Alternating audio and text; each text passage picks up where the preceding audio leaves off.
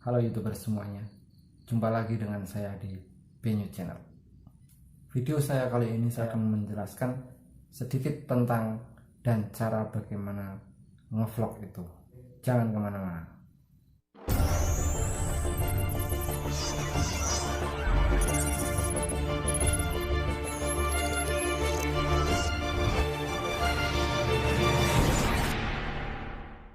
Channel ini mengulas seputar YouTube, dari cara bikin akun sampai mengulas YouTube, isinya YouTube dan cara-cara lainnya ada di channel ini. Jangan lupa subscribe, like, and share ke teman-teman Anda supaya teman-teman Anda juga ikut pintar. Bukan kalian saja yang pintar, tapi semuanya ikut pintar teman-teman Anda. Ngevlog itu merupakan membuat video atau membuat konten untuk YouTube yang sangat sederhana dan sangat ringkas pastinya. Karena apa? Satu, ngevlog itu tidak cuma ngevlog saja. Membuat konten-konten yang lainnya juga intinya itu sama. Untuk para pemula tidak usah memikirkan soal kamera ataupun untuk merekam suara kita menggunakan hal ataupun alat-alat yang serba mahal dan yang serba mewah. Karena apa? Di zaman sekarang ini HP sudah canggih-canggih, teman. Kameranya sudah resolusinya bagus, gambarnya juga sudah bagus-bagus. Jadi kita tidak usah lagi untuk memikirkan kita menunggu mempunyai kamera-kamera yang mahal ataupun alat untuk merekam kita yang mahal. Itu tidak usah menunggu. Saatnya kita mulai membuat video untuk YouTube. Karena apa? Karya yang kita pendam ini sangat rugi kalau misalkan dipendam saja. Kita jadikan sebagai karya kita sendiri untuk membuat konten-konten di YouTube, memberikan informasi-informasi yang penting yang berguna bagi orang lain. Dan yang kedua, ngevlog itu tidak harus membuat skrip dulu. Karena apa? Ngevlog itu kita bisa langsung spontan. Yang penting kita tahu apa yang akan kita bahas dan kita memahami semuanya yang kita ulas nantinya. Misalkan kalian mau ngevlog tentang memasak atau tentang olahraga, otomatis kita harus tahu apa yang akan kita bicarakan di dalam pembahasan tersebut. Kalau misalkan memasak, ya kita harus memahami memasak itu apa-apa aja yang harus diperlukan dan bahannya juga, alatnya apa-apa aja itu yang harus diketahui. Nah, misalkan kita ngevlognya itu memasak ya. Kalau kita ngevlognya itu soal yang lainnya misalkan, ya sesuai dengan pengalaman dan pengetahuan kalian sajalah. Kalau misalkan membuat konten-konten YouTube itu sepengetahuan kalian saja supaya tidak membebani kalian dan kalian menjadi diri kalian sendiri. Oke? Cukup paham? Dan yang ketiga, harus menguasai apa yang akan dibicarakannya, apa yang akan di vlognya, apa intinya dan apa isi dari vlog tersebut.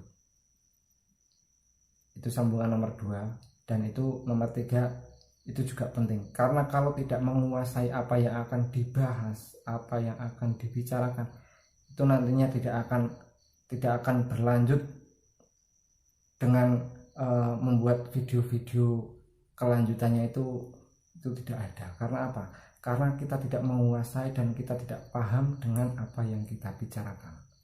Kalau misalkan kita paham, kita tahu apa yang akan kita bahas dan apa yang akan dibicarakan, itu nantinya itu berkelanjutan pasti sudah ada di pikiran dan itu bisa dibuat untuk konten lagi. Oke teman-teman, seperti itu. Dan yang keempat, ini lebih penting lagi teman-teman. Ini lebih penting lagi dan semua orang itu pasti merasakannya. Malu saat berbicara di depan kamera itu semua orang merasakan. Bukan kalian saja dan bukan saya saja, semuanya. Bukan hanya yang YouTuber pemula, bahkan sampai yang YouTuber sudah besar pun itu awalnya seperti itu. Jadi kuncinya seperti ini. Kuncinya itu nekat. Nekat, teman-teman. Dan kalau kita tidak nekat, kita akan malu dan kita tidak akan pernah mempunyai rasa pede saat ngomong di depan kamera. Caranya seperti ini, teman-teman. Kita anggap aja kamera itu kita ngomong sama satu orang. Jangan memikirkan kita ngomong sama banyak orang. Itu terlalu luas, itu terlalu panjang cara pemikirannya. Kita berbicara melihat kamera itu dengan satu orang saja, dan kita fokuskan pikiran kita ke apa yang dibahasnya, apa yang kita ketahui dan kita pelajari itu. Kita seolah berbicara dengan satu orang. Jangan banyak orang dulu. Jangan membayangkan dengan banyak orang, karena rasanya itu lain. Berbicara dengan satu orang dan berbicara dengan banyak orang itu rasanya sudah beda. Kita ibaratkan kamera itu satu orang saja. Nah, di situ kita berbicara dengan kamera tersebut, bagaimana cara kita harus tidak kaku seperti saya saat ini ya, tidak kaku. Nah, itu yang penting, teman-teman. Kalau misalkan kita masih kaku, kita masih grogi di depan kamera, itu kita harus belajar dulu. Dan lama-lama kita juga akan terbiasa, karena kita sudah ngomong biasa di depan kamera, dan itu nantinya akan terbiasa dengan sendirinya. Dan usahakan ngomongnya itu keras, jangan pelan. Kalau misalkan ngomongnya pelan, itu tidak akan lost di pikiran kalian. Itu rasanya itu rasanya itu seperti malu gitu. Nah, itu yang akan membuat kelihatan sekali kalau di depan kamera itu kalian itu grogi, bener ya? Nah, itu yang keempat, teman-teman. Yang keempat itu harus pede di depan kamera. Nah, itu triknya. Dan yang kelima itu kita harus mempelajari algoritma dari YouTube. Kita harus memahami apa yang dibutuhkan YouTube dan apa yang diinginkan YouTube, apa yang diperbolehkan YouTube dan apa yang tidak diperbolehkan sama YouTube. Jangan sampai kita membuat konten capek-capek, udah mengeluangkan waktu, menghabiskan tenaga, dan ternyata tidak bisa dimonetisasi. Nah, itu yang repot, teman-teman. Kita membuat konten sesuai dengan apa yang dibutuhkan YouTube, apa yang disarankan dari YouTube, itu yang terbaik pastinya. Karena YouTube sendiri itu sudah memberikan cara-cara yang efektif, cara-cara yang apa yang dibutuhkan dan apa yang dicari. Kita memastikan bahwa konten kita itu benar-benar asli, murni, original dari kita sendiri.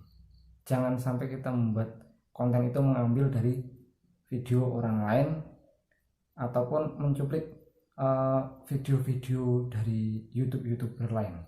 Itu sangat pelanggaran, teman-teman. Tidak boleh dan tidak diperbolehkan. Oke, cukup paham? Dan satu lagi, teman-teman, pesan dari saya, jangan melakukan sub for sub. Karena belum tentu kalau misalkan kalian itu sudah melakukan sub for sub dari teman-teman, meminta dari YouTube, dari komen ataupun dari Facebook, itu nantinya akan senang di awalnya saja, teman-teman. Yang penting itu konten terutama, terus konsisten dalam mengupload video. Usahakan mengupload video itu paling enggaknya ya 1 minggu sekali atau 2 minggu sekali, itu sudah termasuk channel yang hidup. Oke, teman-teman, sekian dulu video dari saya. Semoga bermanfaat bagi kalian. Jangan lupa subscribe buat kalian yang belum subscribe, share ke teman kalian. Semoga bermanfaat bagi kalian dan teman-teman kalian semua. Oke, terima kasih. Sampai jumpa lagi di video-video selanjutnya.